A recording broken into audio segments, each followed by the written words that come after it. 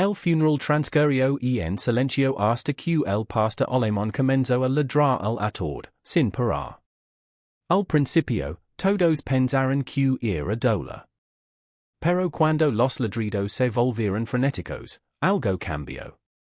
Lo que el perro intentaba decir revelaría un milagro tan impactante que dejó a todos los dolientes sin palabras y temblando.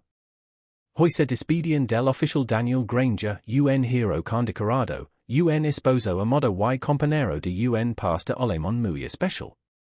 A los pies del ataúd estaba Rex, el fiel compañero canino de Daniel. Lavaba su chaleco negro con la palabra policía bordada con letras grandes en el costado. Pero Rex no se quedó quieto. Dejó escapar un gemido bajo, luego un ladrido suave.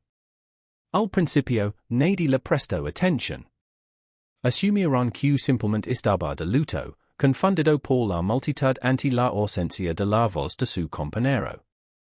Entonces, el comportamiento de Rex cambió. Se erguió sobre sus cuatro patas, con las orejas erguidas y la mirada fija en el ataúd. Su cola se tensó mientras un profundo gruñido brotaba de su pecho. De repente, comenzó a ladrar con fuerza, fuerte, desesperado, resonando en la sala como una advertencia. La gente se giró en sus asientos, confundida. El oficial que estaba junto a Rex intentó sujetarlo suavemente, pero el perro no se movió. En cambio, se abalanzó hacia el ataúd, arañando la madera pulida con sus patas. Murmullos se extendieron por la capilla. Algo andaba mal. La viuda alzó la vista, sobresaltada. Rex nunca se había comportado así. Su ladrido no era solo de tristeza. Era unicinal. Los ladridos no cesaron. La gente comenzó a moverse incómoda en sus asientos. Algunos lo atribuyeron al estrés del momento. Otros se preguntaron si Rex estaba reaccionando al dolor de la única manera que conocía. Pero para quienes habían trabajado con quienes antes, oficiales veteranos sentados en los bancos, había algo inquietantemente familiar en la reacción de Rex. No era pánico. No era miedo. Era alerta. Concentración. El tipo de intensidad que solo un perro de trabajo muestra cuando está al tanto de algo. Uno de los compañeros más cercanos de Daniel, el oficial Bryant, se levantó y se acercó. Tranquilo, muchacho, dijo en voz baja, agachándose y colocando una mano en el cuello de Rex. Pero Rex no se inmutó ni gruñó. En cambio, ladró de nuevo, esta vez con más fuerza, directamente a la base del ataúd. Entonces algo cambió. Rex dejó de ladrar y comenzó a dar vueltas alrededor del ataúd, gimiendo y olisqueando los bordes. Regresó al mismo lugar, se detuvo y golpeó la madera. Fue entonces cuando el oficial Bryant notó algo extraño, un ruido casi imperceptible que provenía del interior. Un lento débil y ahogado. Bryant palideció. Se volvió hacia el director de la funeraria. Abrelo, dijo con urgencia. Un murmullo de asombro recorrió a los dolientes. El director dudó, balbuceando algo sobre el protocolo, pero la voz de Bryant se volvió firme. Aber el ataúd ahora. Rex gruñó de nuevo, presionando su hocico contra la tapa. La sala quedó en completo silencio cuando la tapa se abrió con un crujido, y acurrucado bajo las manos entrelazadas de Daniel, oculto entre los pliegues de su uniforme, había un pequeño cachorro recién nacido que se retorció, vivo. Nadie se movió. Dentro de la funeraria se llenó de incredulidad mientras las miradas se fijaban en el diminuto cachorro. Una criatura se removía sobre el pecho de Daniel. El cachorro temblaba, no tendría más de unos días de nacido, su pelaje aún humedado por el nacimiento, su hocico buscando a tientas Kayla. Rex dejo escapar un suave gemido, moviendo la cola con cautela mientras miraba dentro del ataúd. Su postura había cambiado por completo, pasando de la ansiedad a la protección, casi paternal. ¿Cómo? ¿Cómo llegó ahi? Alguien susurró. El sacerdote. Se santiago. ¿Es esto una señal? Pero el oficial Bryant, tratando de controlar sus manos temblorosas, se inclinó y con delicadeza sacó al frágil cachorro del ataúd. Al hacerlo, algo se deslizó por debajo del borde de la chaqueta de Daniel. Un trozo de papel doblado. Curioso y conmovido, lo recogió, notando la letra de Daniel en el exterior. Deja, si algo me sucede, por favor, cuídenlo. Elos, repició Bryant en voz alta. Otro suspiro llenó la habitación. Rex, aun vigilando, acarició suavemente el cachorro y ladró, no de alarma, sino de confirmación.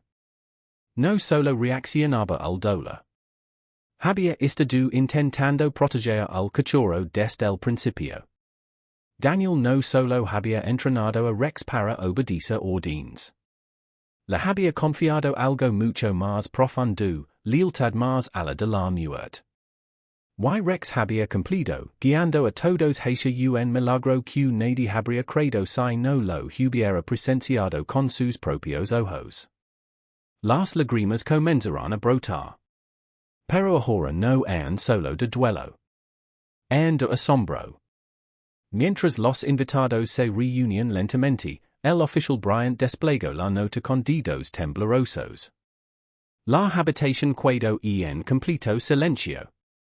Y no se oían sollozos, y no había rizos susurrados.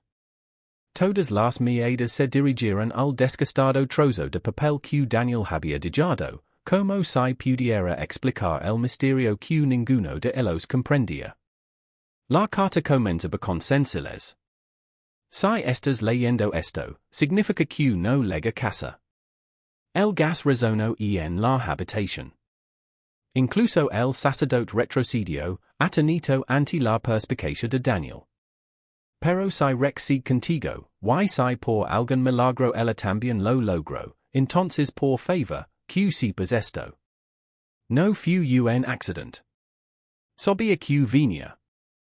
Lo mantuve en secreto porque no quería que nadie entrara en pánico ni intentara detenerme. Rex y yo, bueno, hemos visto cosas que la mayoría no puede comprender, pero siempre nos hemos entendido. El oficial Bryant hizo una pausa, con la voz entrecortada, y continuó, nació la noche en que desaparece en el frío, solo. Rex no se separó de mí, ni siquiera cuando tuvo la oportunidad de huir. Se quedó. Me protegió. Y cuando cerré los ojos por última vez, solo esperaba que alguien lo oyera ladrar. La multitud se derrumbó. El misterio se había resuelto. El ladrido no era de dolor. Era un último mensaje, un grito de auxilio, la alarma de un guardián. La última misión de Daniel no había sido por él mismo. Había sido por proteger una vida a la que apenas había conocido. Y Rex se aseguró de que esa vida no caería en el olvido. Más tarde esa noche, mientras el sol se ocultaba tras las colinas, el cachorro yacía envuelto en una suave manta en la oficina de la unidad canina de la comisaría.